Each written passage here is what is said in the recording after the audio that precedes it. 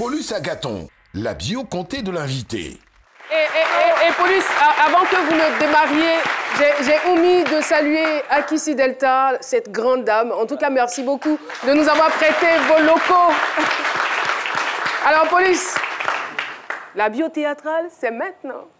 Tu sais, au village, au fait, il ne met rien parce qu'au village, généralement, on ne les annonce pas comme ça. Voilà, ceux qui comptent les gens de haute. Ah, on dit, son nom, on a dit, non, bon, au moins, les policiers, on a carton. Les gens, au moins, les montées. Merci, merci, merci. Eh bien, docteur Philo, chers spectateurs, téléspectateurs, je vais vous raconter l'histoire de Fatoumata. Fatoumata, si vous ne la connaissez pas, on l'appelle aussi Teresa. Pour ceux qui ne connaissent pas Teresa encore, bon, vous exagérez, hein, c'est la maman de Akissi Delta. Lorsque notre invité dit à sa mère, « Mère, accouche-moi !»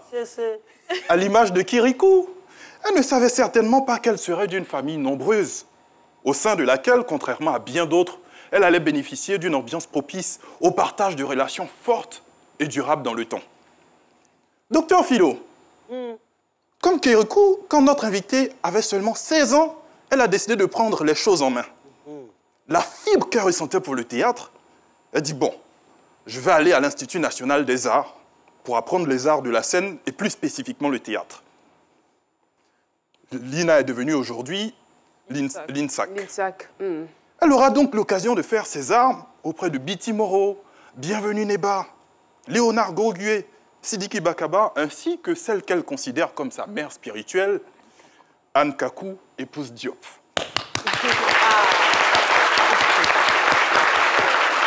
Vous savez, bon, vous êtes très jeune, vous ne pouvez pas savoir forcément.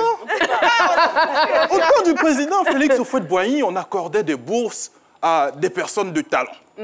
Et donc, notre invité a pu bénéficier d'une bourse, elle et d'autres étudiants, pour participer à un programme de formation et d'échange culturel à Strasbourg, dans le nord-est de la France. Et quand elle a fini, elle n'a pas voulu faire comme d'autres qui ont choisi de rester là-bas. Elle est revenue pour mettre ce qu'elle a appris au service de son pays. Si certains définissent Fatoumata ou encore Teresa comme actrice, comédienne ou encore femme de théâtre, Fatoumata, elle préfère se considérer comme une artiste. Une artiste. Et ce titre, elle a commencé très tôt la quête, puisque en 1967, elle va s'inscrire à l'INA, comme je le disais tantôt, et son nom est resté gravé parmi ceux qui ont écrit les plus belles pages du théâtre en Côte d'Ivoire dans les années 70 et 80, et même du cinéma.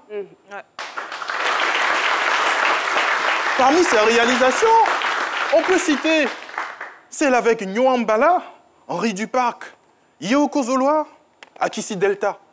Mais on la retrouve également dans des films tels que Ablakon, Pétanqui, Guérisseur, Caroline Laigrené, ou encore Guérisseur, Balle Poussière et même Ma famille, sans oublier tout récemment Les coups de la vie. On peut également citer la pièce de théâtre Monsieur Togognini de Bernard Bédadier. Thérèse Tabat, c'est également un modèle pour de nombreuses personnes. Un modèle pour vous aussi. Oui. Voilà. Mais celle dont on va parler ici, c'est Clémentine Papoué.